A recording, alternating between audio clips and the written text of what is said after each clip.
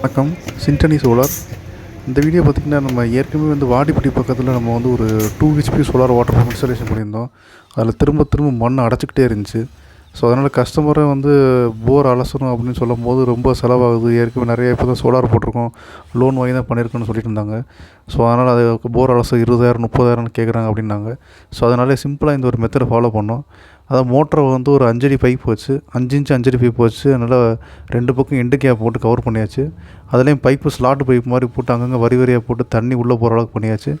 End கேப்லேயும் பார்த்திங்கன்னா ஓட்டையாக போட்டு தண்ணி மட்டும் உள்ளே போகிற அளவுக்கு பண்ணியாச்சு. இந்த மாதிரி இப்போ பண்ணும்போது 95% மண் உள்ளே போக வாய்ப்பு இல்லை. இது ரொம்ப செலவு கம்மியாக ஒரு 5,000 4,000 முடிச்சிட்டோம். இதனால் பார்த்திங்கன்னா உங்களுக்கு தண்ணி நல்லா ஃப்ரீயாக வருது. இப்போ நீங்களே பாருங்கள், அவுட்புட் பாருங்கள், நல்லா சூப்பராக டெலிவரி வருது. இதே மாதிரி உங்கள் இடத்துக்கு மண் பிரச்சனை இருந்துச்சுன்னா இதே மெத்தடை ஃபாலோ பண்ணுங்கள். நிச்சயம் ஒரு நல்ல தீர்வு கிடைக்கும். ரொம்ப செலவு ஆகாது. உங்களுக்கு சோலார் வாட்டர் பம்ப் போனால் சின்டனி சோலார் கான்டாக்ட் பண்ணுங்கள்.